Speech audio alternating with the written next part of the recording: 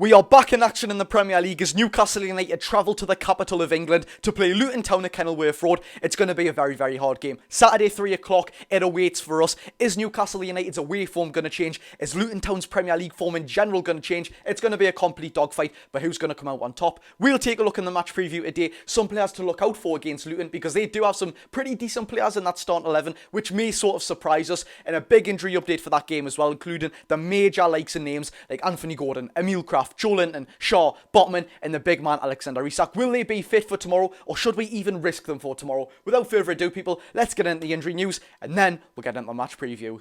Right then, lads and lasses, how we're doing, and welcome back to the channel. I didn't make a video yesterday, but we've finally got one today, and of course we are going to be consistent as always. Let's start with an injury update that we've been provided today at 10 AM. Start with Keith Downey. Keith Downey has said that Alexander Isak for tomorrow's game will be 50-50. He didn't play against Chelsea and he didn't play against Fulham. Callum Wilson's played 180 minutes in the last two games.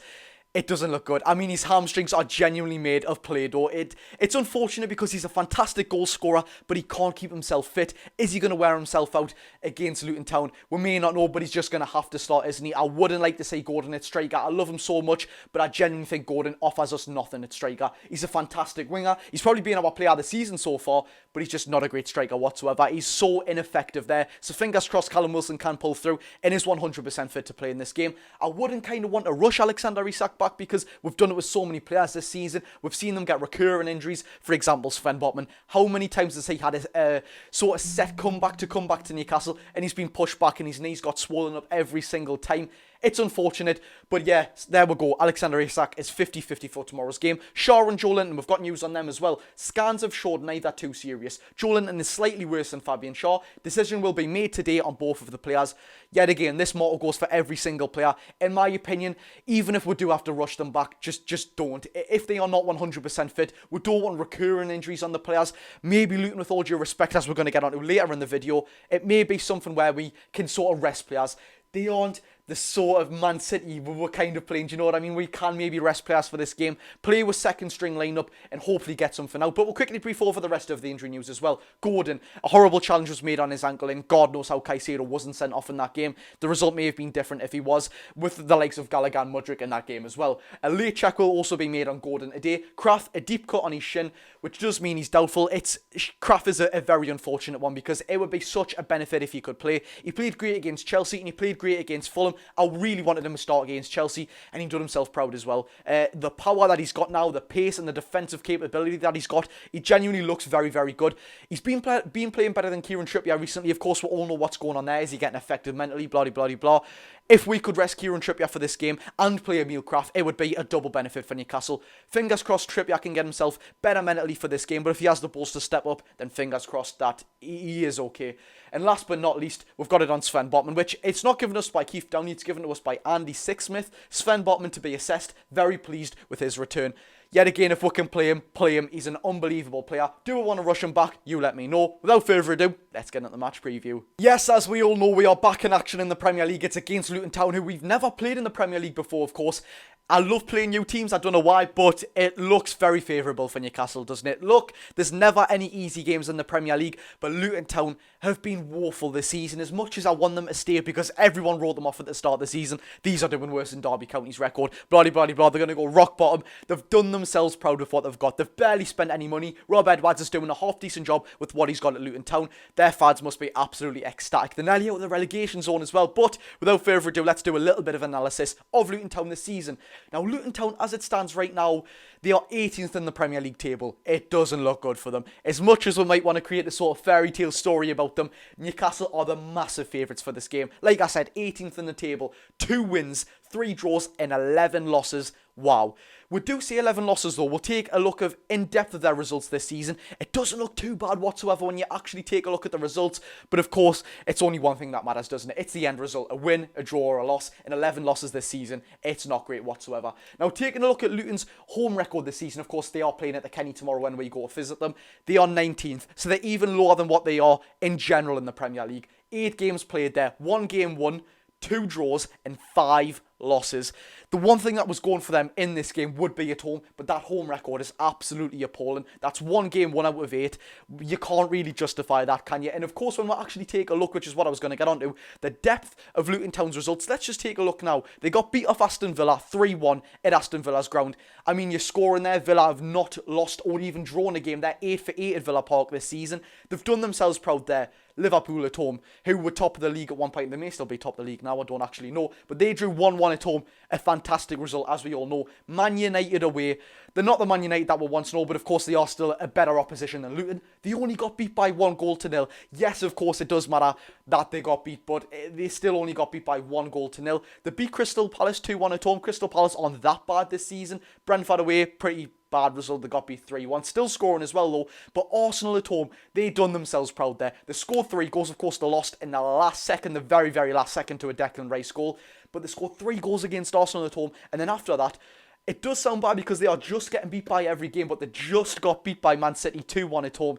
They are losing these games, but it's so narrow. We know that Luton are going to take the fight to Newcastle. If we don't take this game seriously, these are going to have a game in our hands. And of course, their last game, which did get postponed against Bournemouth away, it was 1-1 at the time. I don't know the exact minute it was in. I think it was the 54th minute in that there was the goal from Bournemouth. I don't actually know, but I do know that before it got postponed, it was 1-1. Luton scored in the 3rd minute through Elijah Adebayo, who is one we need to watch out for. We'll get on to him in a second. But they are putting a fight up in every single game, scoring in nearly every single game. I mean, scored against Man City, Liverpool, 3 goals against Arsenal, especially at home. All 3 of them games were at home. These are going to give us a right going for. Now, if there was some players to look out for Luton's team, I've picked 2 that I do think we should be wary of tomorrow. One is a goalkeeper, which you can't really be wary of a goalkeeper, but you do know that you need to take your chances against a goalkeeper like this. That goalkeeper is, I think his first name's Thomas Kaminski. He come from Blackburn and he's been unreal this season. Of course, when you've got a defence like Luton, with all due respect, shots are going to pile through, and Christ almighty, he's had to save them. I think he won Save of the Month as well. It was a double save. It was absolutely fantastic. But he has had to save so many chances. I think he's got one of the highest prevented goals in the league so far. I mean, yet again, you would expect that for the amount of shots he's faced. But he's done Luton proud this season. One of their best players so far. We need to be wary of him. We need to take our chances with Newcastle. It's something which we may not do against Luton in the against Fulham in the first half. Sorry, we were so unclinical. The amount of chances we had and not one went in the back of the net in the first half.